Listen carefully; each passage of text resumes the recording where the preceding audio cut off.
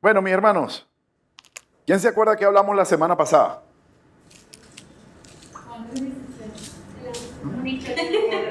Una historia de amor. La novela. ¿Qué decía, más o menos?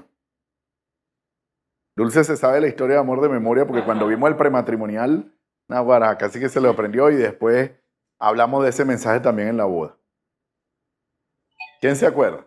El protagonista que se enamora de la Ajá. ¿Qué más?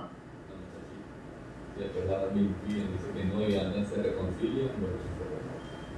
A alguien Humberto le va a echar los perros pronto. Se tiene esa historia de amor así. Sí, vemos cómo Dios en realidad es el protagonista de toda esta historia de amor. De las que de Elías Fiallo, Ignacio Cabruja, yo no sé, Leonardo Padrón y cualquier otro novelero de esos, cogía historias, en realidad lo están agarrando de la Biblia y ninguno andó como que, bueno, esto tiene un copyright. Ninguno dijo eso. Todos ellos se atribuyeron la historia como si fuera de ellos en realidad. Pero todo eso sale en la Biblia, es el mensaje de Dios, que toda la vida ha estado atrás de su novia, que es nosotros, su iglesia, su humanidad, su pueblo escogido, y un día va a venir por su esposa. ¿Ok? Ahora, este fue un mensaje muy bonito, muy chévere, muy lindo, bello. Yo quiero hoy hablarles de un poquitico de ese protagonista que vino a conquistar a su novia. Y vamos a ir pasando la página un poquitico de la temática de la historia de amor y vamos a hablar hoy. ¿Ok? El énfasis lo vamos a tener hoy en Juan 1:17. ¿Se acuerdan los que vieron la imagen que hizo nuestro hermano Arturito? Que se llama Gracia y Verdad. Es el título del mensaje de hoy. Ahora busquen en sus Biblias Juan 1:17. El que no tenga Biblia, pues alguien al lado se la puede prestar. Si no, busquen en el teléfono, en Google, Juan 1:17, en una versión que no sea Traducción Nuevo Mundo o alguna de esas cosas locas que hemos hablado antes. ¿Ok? ¿Quién la quiere leer? Juan 1:17.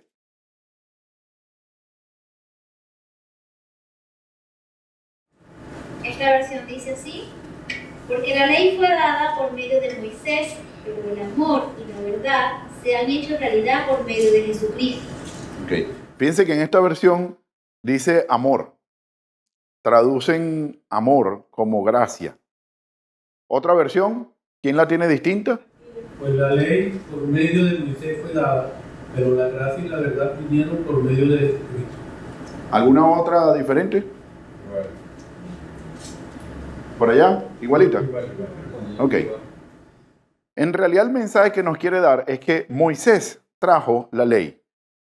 ¿Qué es eso de Moisés y trajo la ley? Vamos a la Biblia donde Moisés trajo la ley, vamos a estudiar Éxodo. Sí, podemos hacer eso también, pero también tenemos una ventaja.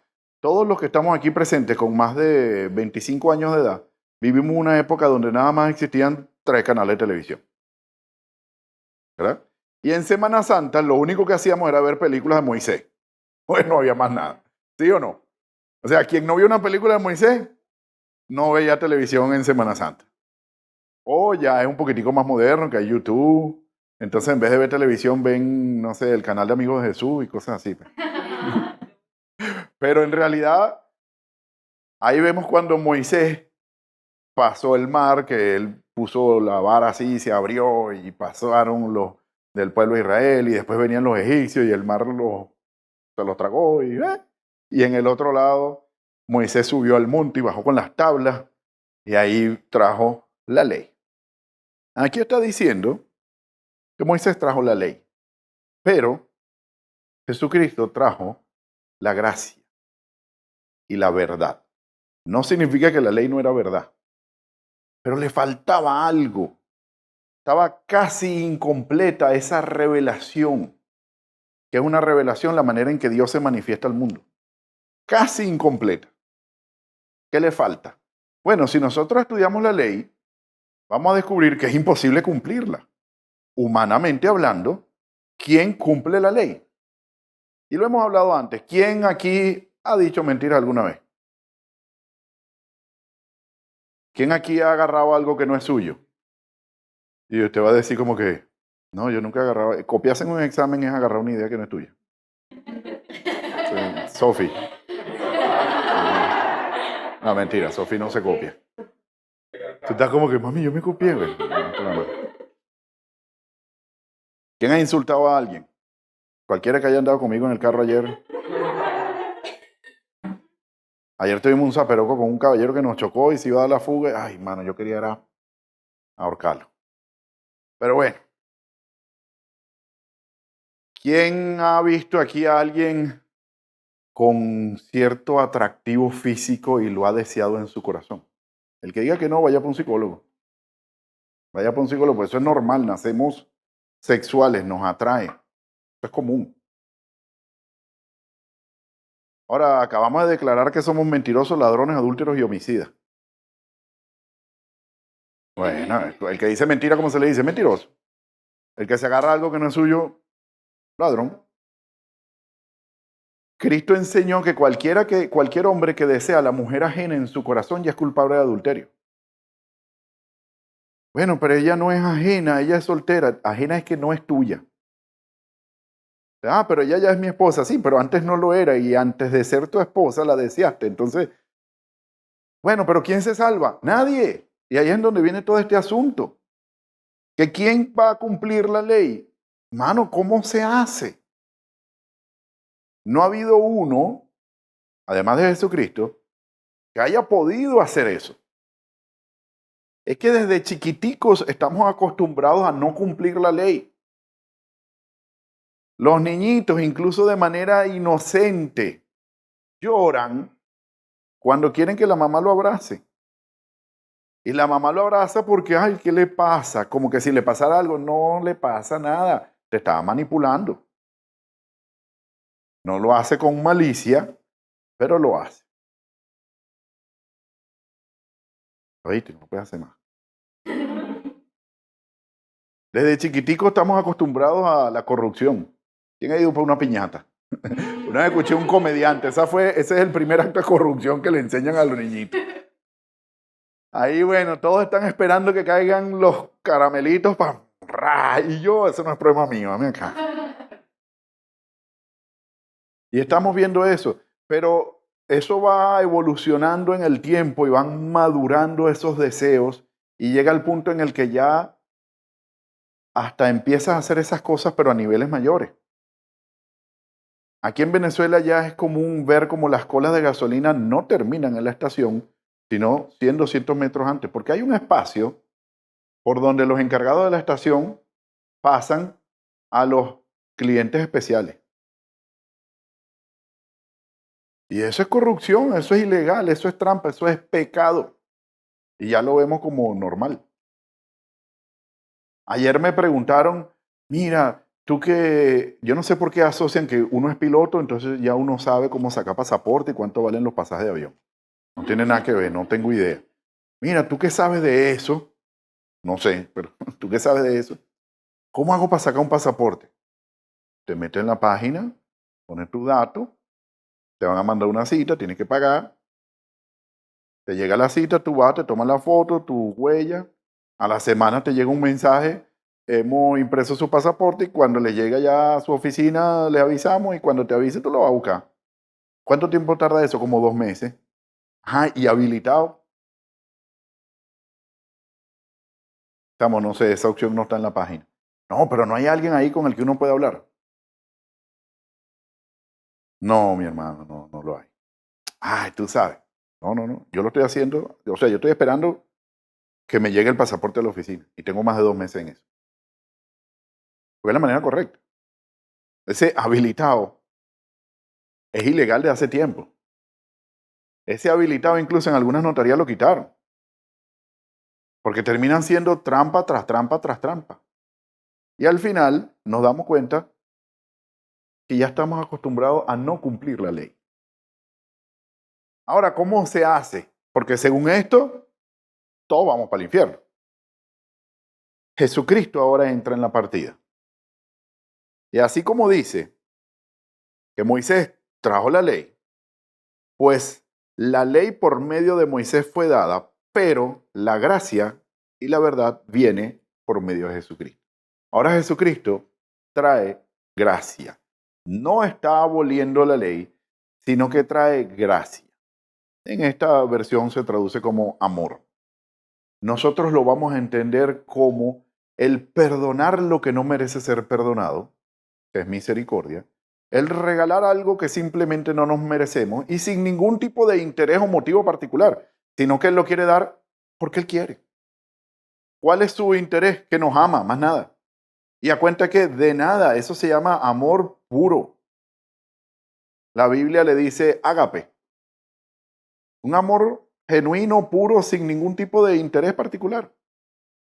Y por su amor, Él nos puede perdonar. Ahora, quiero leer los 17 versículos anteriores para entrar en contexto, para saber de qué está hablando esto. ¿Sí? Permítame iniciar desde el versículo 1.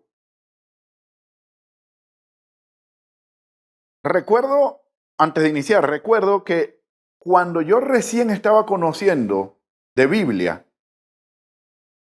a mí me recomendaban lee Juan. Y yo no sé por qué esa vieja tradición cristiana evangélica de decir, si tú quieres empezar a leer la Biblia, lee Juan. Pues yo leí esto y dije, no leo más nunca. Porque aquí dice, en el principio era el verbo, y el verbo era con Dios, y el verbo era Dios. Yo dice así, no chicos, tú no lo entiendes, no. Nadie va a entender esto. ¿Quién puede entender sin ningún tipo de explicación? En el principio era el verbo estaba con Dios y el verbo era Dios. ¿Tú entiendes eso? Está forzado. Está difícil. Resulta que para entenderlo hay que leer más, pero hay que leer más para adelante, hay que leer más para atrás. O sea, cuando leas toda la Biblia vas a entender Juan 1:1. Yo voy a tratar de darle una especie de explicación a lo que está aquí, trayendo otros versículos, pero la única manera que usted tiene de entenderlo es leyéndolo usted mismo. ¿Ok? Nunca se deje llevar por lo que yo diga o cualquier otro predicador diga, léalo usted mismo. En el principio era el verbo y el verbo era con Dios y el verbo era Dios. Sigo leyendo. Este era en el principio con Dios. Ya le dice al verbo este, no eso, sino que le está dando un sustantivo de persona. Este, no eso. Este era en el principio con Dios. 3. Todas las cosas por Él fueron hechas. Y sin Él, de lo que ha sido hecho, nada fue hecho. Ahora ya lo dice claro y raspado Él. Ahora el verbo tiene una figura de persona. Estaban hablando del verbo como que la palabra, como eso, y ahora es Él. Ahora el verbo es una persona. ¿De quién están hablando? Vamos a seguir leyendo. En Él, versículo 4, estaba la vida, y la vida era luz de los hombres. 5. La luz resplandece en las tinieblas, y las tinieblas no prevalecieron contra la luz. Está todo oscuro, ¿qué falta? Luz.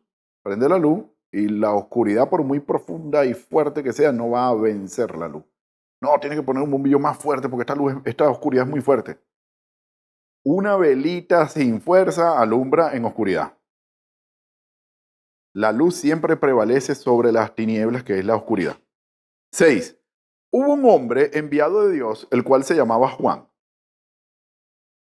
Este vino por testimonio para que diese testimonio de la luz, a fin de que todos creyesen por él. ¿Qué vino a hacer Juan? A contar de la luz, que es del que están hablando antes. Es decir, los primeros 5 versículos nos están diciendo que el verbo es una persona y es la luz. Después nos dice, hubo un hombre que se llamaba Juan y él vino a testificar de esta persona. 7. Este vino por testimonio para que diese testimonio de la luz, a fin de que todos creyesen por él. Por medio de Juan, muchos creyeron en la luz. No era él la luz, sino para que diese testimonio de la luz. O sea, Juan no es. ¿Están conmigo? ¿Están siguiendo el hilo? 9. Aquella luz verdadera, ahora hay otra característica. Es verdadera. Aquella luz verdadera que alumbra a todo hombre venía a este mundo. Y en el mundo estaba, y el mundo por él fue hecho, pero el mundo no le conoció. Es decir, esa luz ya estaba aquí antes. Pero no es que ya estaba aquí antes, que estaba incluso antes de la creación del mundo, porque por esta luz fue que el mundo fue hecho. Es decir, está desde antes de la creación del mundo. ¿Están conmigo? ¿Sí? Si ven que va muy rápido, sí. Así como en un salón de clase. Y le bajo la velocidad. Ok. 10. En el mundo estaba y el mundo por él fue hecho, pero el mundo no le conoció. Nadie sabía de esta luz. A lo suyo vino y los suyos no le recibieron. ¿De qué está hablando? Vamos a seguir leyendo.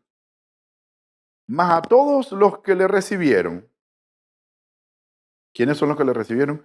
A los que creen en su nombre, les dio potestad de ser hechos hijos de Dios. Y voy a poner una pausa aquí, vamos en el 13. Y fíjense cómo vamos hasta ahora. En el principio era el verbo. Ahora, Juan habla en el principio era el verbo, pero recuérdense que Juan es judío. Eso es algo que tenemos que tener en cuenta a la hora de leer la Biblia. Juan era uno de los 12 apóstoles y él está echando un cuento viejo. Cuando nosotros continuemos leyendo Juan, se va a dar cuenta que en algún momento él te echa el cuento como que si ya tú sabes de qué él está hablando. Te hace spoiler de la película y te cuenta el final. En un momento dice, bueno, y estaba Jesús con Judas, no el que lo iba a traicionar, sino el otro Judas, y tú te quedas, ¿es que lo va a traicionar? Ya me lo dijo, ya me contó, pero es que él está contándole a los que ya saben, porque esto fue escrito en el año 90 aproximadamente, es decir, más o menos 60 años después que todo esto ocurrió. Juan fue el último que escribió el libro más nuevo de toda la Biblia, no es el Apocalipsis, es el Evangelio de Juan.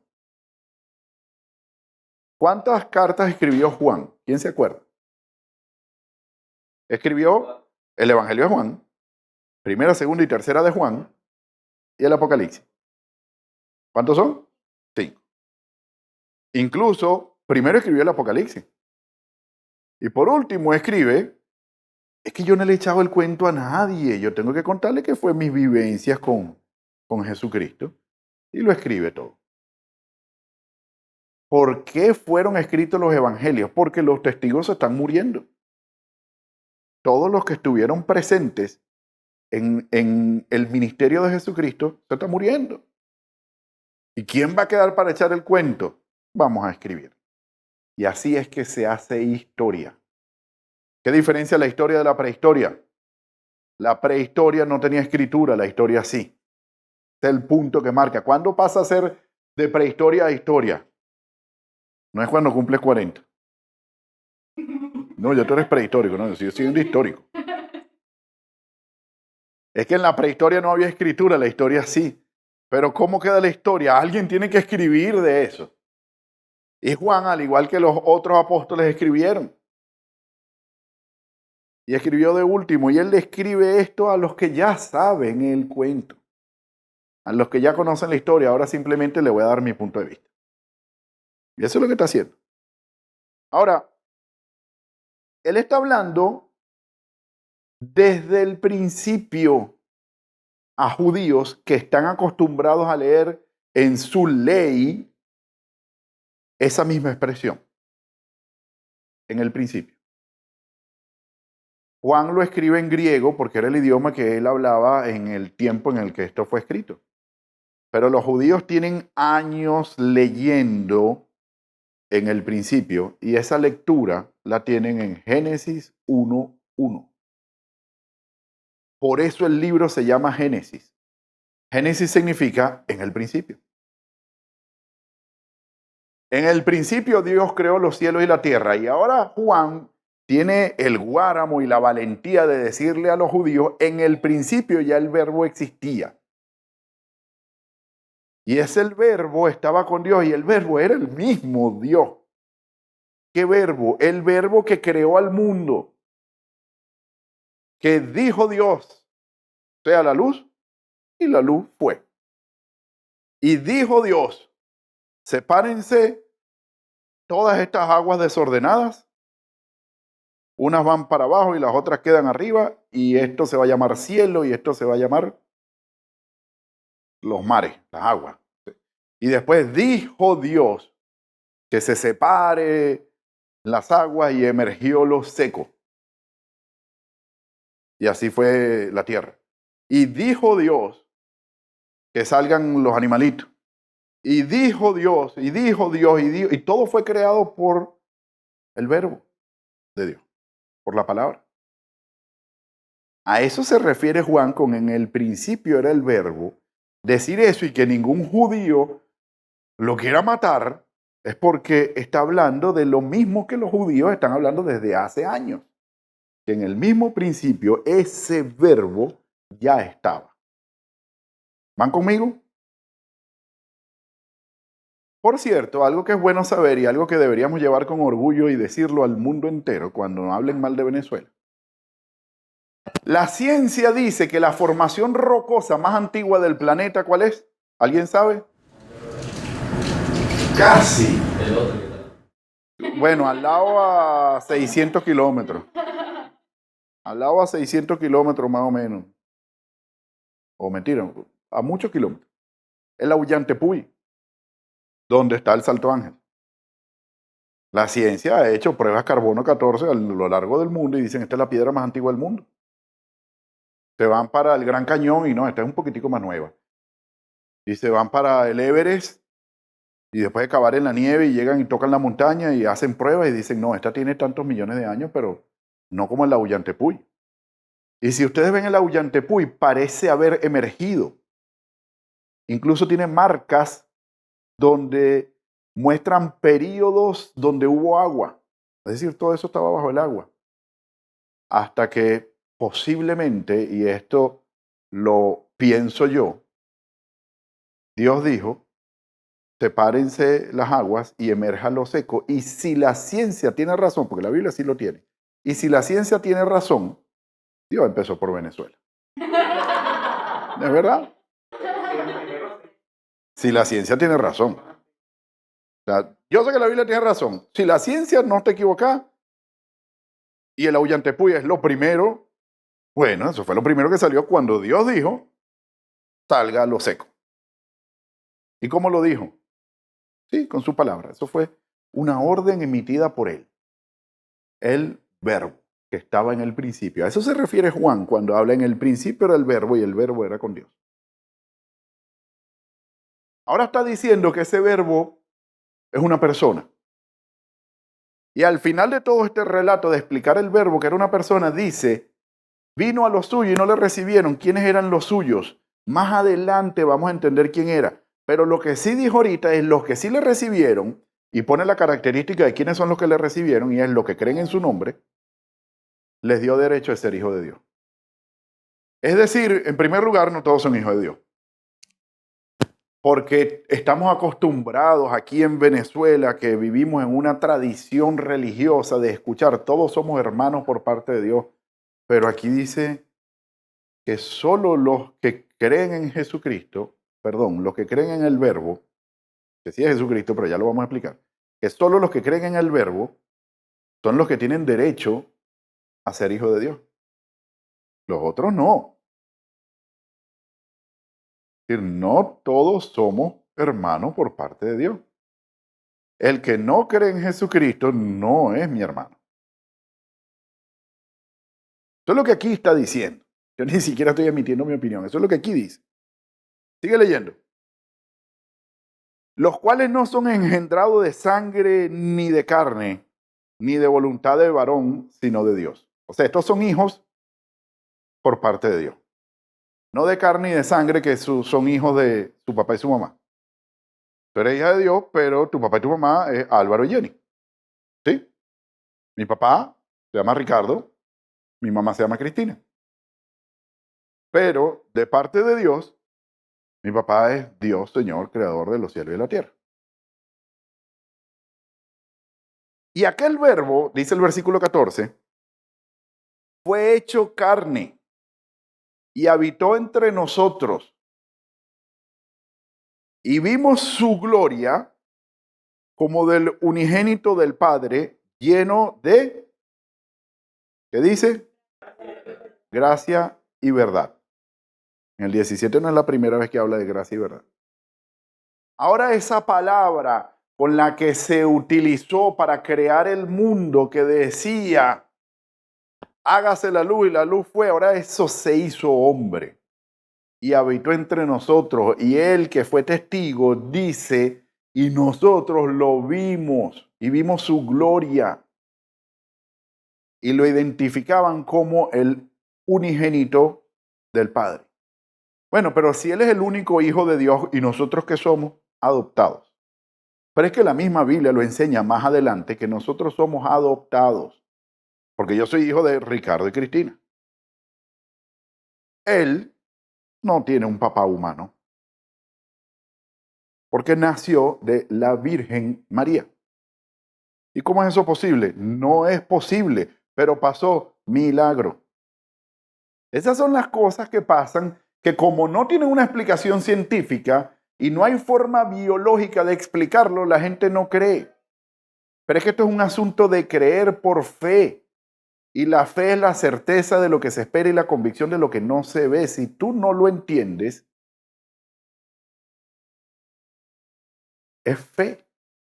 Si tú lo entiendes y crees en eso y lo aceptas porque ya entendiste la lógica, eso no es fe, es una evidencia científica. ¿Tú crees que existen construcciones de concreto que sostienen un techo de 5 toneladas? Pero esto es poco probable. Míralo, aquí está. Ah, bueno, sí. Pero eso no es fe, es que lo estoy viendo. Una evidencia científica. ¿Tú crees que alguien pueda nacer de una mujer que nunca ha estado con un hombre? No. La misma biología nos enseña otra cosa. Es necesario la unión del espermatozoide y el ovario y toda esa creación. Y el óvulo, perdón, y toda esa creación. Eso tiene que existir. Eso lo vemos en 6º grado. ¿Cómo es posible esto? Eso es mentira. Lógicamente es mentira, biológicamente hablando es imposible, pero sucedió. Y hay cientos de documentos que lo demuestran y aquí tenemos algunos. Evidencias científicas que quedaron escritas. ¿Y cuál es ese experimento que hicieron? Fueron testigos, estaban presentes, lo vieron. Tan evidente y tan genuino que hoy, 2000 y pico años después, seguimos hablando de eso. Este verbo habitó entre nosotros, se hizo hombre, es decir, encarnó. No confunda encarnó con reencarnó. La Biblia no habla de la reencarnación, eso es hinduismo y todas esas religiones extrañas que no tienen ningún fundamento bíblico. Esto nos enseña que el Espíritu que creó el cielo y la tierra se hizo hombre y encarnó. Se hizo carne y habitó entre nosotros. Sigue diciendo, el 15. Juan dio testimonio de él. ¿Se acuerdan que hablamos de que había uno que se llamaba Juan que venía a dar testimonio? Juan dio testimonio de él clamando y diciendo, este es de quien yo decía que viene después de mí, pero él es antes que yo, porque era primero que yo. ¿A qué se refiere? ¿Era mayor que él? No, Juan era mayor que Jesucristo por 6 meses. ¿Se acuerdan cuando leímos en Lucas al principio que llegó María y Elizabeth y estaban las dos embarazadas? Supongo que saludan así las dos barrigonas. Que se saludan de lado, por cierto. De frente no le puede saludar. Se saludan y Elizabeth le dice a María, aquí pasó algo. ¿Qué pasó? Estoy venezolanizando lo que dice, ¿no? El niño pateó. ¿Cómo es eso? Bendito el fruto de tu vientre, porque este que está aquí me acaba de dar a entender que eso que está ahí es el Mesías. Y bueno, María ahí dice, Dios se ha fijado en la bajeza de su sierva. Y eleva una alabanza que algunos llaman como el Magnificat de María. Y bien chévere, bien bonito. Juan no era menor que Jesucristo. Aquí no está hablando de que era antes por edad. Está hablando de que era antes porque Jesús estaba desde el principio. Ahora hecho hombre. Y dice, porque de su plenitud tomamos todos y gracia sobre gracia. Y por último, pues la ley de Moisés fue dada. Pero la gracia y la verdad viene de Jesucristo. Ahora, mis hermanos, recuérdense que en el principio estábamos hablando de la ley. ¿Se acuerdan? Que nadie podía cumplir la ley. ¿Y cómo es posible que si la misma ley dice que el que no cumple la ley es culpable y la paga es el infierno, ¿qué hacemos nosotros aquí? Porque nosotros si vamos al cielo es por gracia. No nos merecemos el cielo. Todos hemos cometido por lo menos esos 4 pecaditos de los que hablamos ahorita. Póngale 3, póngale 1. Y la paga del pecado es muerte. Y no es muerte que, ay, se murió. No. Está hablando de una muerte espiritual, de una muerte eterna en el infierno. Pero por gracia, Cristo nos da la oportunidad de librarnos de esa condenación. ¿Cómo? Y ahí es donde entra todo lo que hemos hablado durante todo este año aquí en Amigos de Jesús. Que lo estudiamos también la semana pasada en esa historia de amor de Juan 3:16. Porque de tal manera amó Dios al mundo que entregó a su único hijo, el mismo unigénito que está hablando aquí Juan, para que todo aquel que en él cree no se pierda, mas tenga vida eterna. ¿Cómo es que por su gracia yo soy salvado? Mas a todos los que le recibieron, los que creyeron en su nombre, les dio derecho de ser hijos de Dios. Hermano, aquí volvemos a ver la necesidad de creer en el nombre de Jesucristo. Creer que Dios, el mismo que creó los cielos y la tierra por su palabra, habitó entre nosotros. Se hizo hombre. Ricardo, es que eso es difícil de creer. Sí, si fuera fácil, no existiera infierno. Si fuera fácil, el diablo no tuviera nada que hacer con su vida. Si fuera fácil, ni siquiera estuviéramos aquí, todos ya estaríamos seguros de lo que estuviéramos hablando. No hubiese necesidad de evangelizar a otro porque es fácil. Pero es que esto es contra naturaleza, contra lógica, contra todo. Que Dios haya venido a este mundo para entregarse por mí. ¿Y quién soy yo? Nada. ¿Por qué lo hizo? Por amor. Y ahí es en donde nos cuesta entender. Que lo hizo fue por amor genuino. ¿A cambio de qué? De nada. Ya va, un momentico, a cambio de nada no, yo tengo que cumplir las condiciones de la salvación. ¿Tú tienes que cumplirlas? Sí. ¿Qué tienes que cumplir? Fe en Jesucristo. Pero es que la fe en Jesucristo también viene como regalo de Dios. Por gracia sois salvos por medio de la fe, Y esto no de vosotros, pues es don de Dios. Yo tuve fe, sí, que te la dio Dios. Entonces, ¿qué hiciste tú? O sea, yo no hice nada. Nada, nosotros no tenemos mérito en nuestro perdón y en nuestra salvación. Él lo hizo por gracia. Como lo dice aquí. Por gracia. Y vimos su gloria lleno de gracia y verdad. En otro pasaje, Jesucristo mismo dice, yo soy el camino, la verdad y la vida.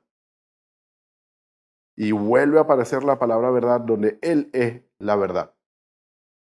Él es lo cierto, Él es lo real, lo genuino. Lo demás puede ser inventado por otros. El propósito de este mensaje hoy es que entendamos, que comprendamos que nosotros no somos merecedores del cielo, no somos merecedores del perdón. Nosotros, si somos juzgados bajo la ley, todos caemos. ¿Alguien aquí puede cumplir la ley? Levante su mano. Incluso hay un pasaje que dice, si tú dices que no pecas, eres mentiroso. O sea, la misma ley nos dice que es imposible cumplirla. Y ahí es en donde entra la gracia inmerecida. Ese deseo de darnos un regalo que no merecemos. ¿Y cuál es el regalo que no merecemos? La salvación, que viene por medio del perdón de pecado. Esa fe que Dios plantó en nosotros me lleva a arrepentirme y entonces cumplir las condiciones que alguien debe tener como característica principal de que es apto de recibir ese regalo. Fe en Jesucristo y arrepentimiento para con Dios. Pero entonces hay gente que no recibe el don de la fe. Sí, es verdad. Muchos. La Biblia habla de que es una minoría la que va a entrar en el camino de Dios. Es una minoría la que va a pasar por la puerta angosta. Porque Dios conoce sus corazones y sabe que son duros y sabe que aunque Dios quiera, su corazón está tan trastornado que no van a aceptar y no van a querer cambiar. Algunos dicen, sí, yo creo en eso, pero esto que tú dices ahí, yo no estoy muy convencido. Yo, en cambio, creo que 2 puntos, lo que venga y adelante es irrelevante. Insisto, vuelve otra vez el hombre en su necedad a decir que su creencia es más importante que lo que aquí dice. Algunos podemos con humildad aceptar que hemos estado equivocados toda nuestra vida, que seguimos equivocados en muchas actitudes. Algunos no van a tener un corazón para hacer eso porque ya se han dañado. Algunos corazones muy dañados, incluso Dios puede darles a ellos el regalo, porque Dios conoce que en ellos va a haber un arrepentimiento.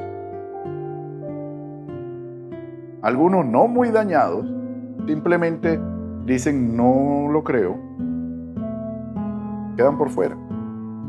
¿Quién es el que se salva y quién es el que no? Nosotros no lo sabemos. Pero la misma Biblia nos enseña, trata a todos como si se fueran a salvar. No dejemos de predicar la palabra de Dios, no sea que alguno proceda al arrepentimiento. Y usted sigue hablando de esto para que otros también crean en Cristo. Pero es que yo creo que él no va a creer. Nadie creía que yo iba a creer. Algunos te ven a ti hoy y dicen, yo te conozco a ti. No me venga a decir que cambiaste. ¿A quién le ha pasado eso? Levante su mano. Es normal, porque el cambio no es fácil. Y el que no es capaz de cambiar no va a creer que tú sí eres capaz de cambiar. Y no es que tu cambio lo hiciste tú porque tú eres bueno, porque tú eres esto. No, es por gracia. Mi hermano, entendamos que los méritos no son nuestros, que la gracia viene por Jesucristo. Que si fuera por la ley, si fuera por nosotros, humanos como Moisés, todos quedamos por fuera. Entendamos entonces que aquí el importante de todo esto y el merecedor de la gloria es el mismo Jesucristo, el Verbo que se hizo hombre y habitó entre nosotros. Y Juan dice, y vimos su gloria como del unigénito del Padre. Ese mismo de quien él continúa hablando durante todo su evangelio, hasta que muere en una cruz. Y todos creyeron que se había acabado la historia ahí, pero después resucitó. Y no es nada más que resucitó ya, es que resucitó, se le apareció a más de 500 por 40 días. Y después asciende al cielo, pero justo antes deja una misión para todos nosotros. ¿Cuál es? Ir a ser discípulo. Él es el importante. Él es el que trae la gracia que nos permite a nosotros ir al cielo. Hermano, disponga su corazón a aceptarlo, como dice el 1:12, creyendo en Él, para que usted también sea parte de los hijos de Dios, para que reciba esa adopción, creyendo en que todo esto que aquí está escrito es verdad. Vamos a orar.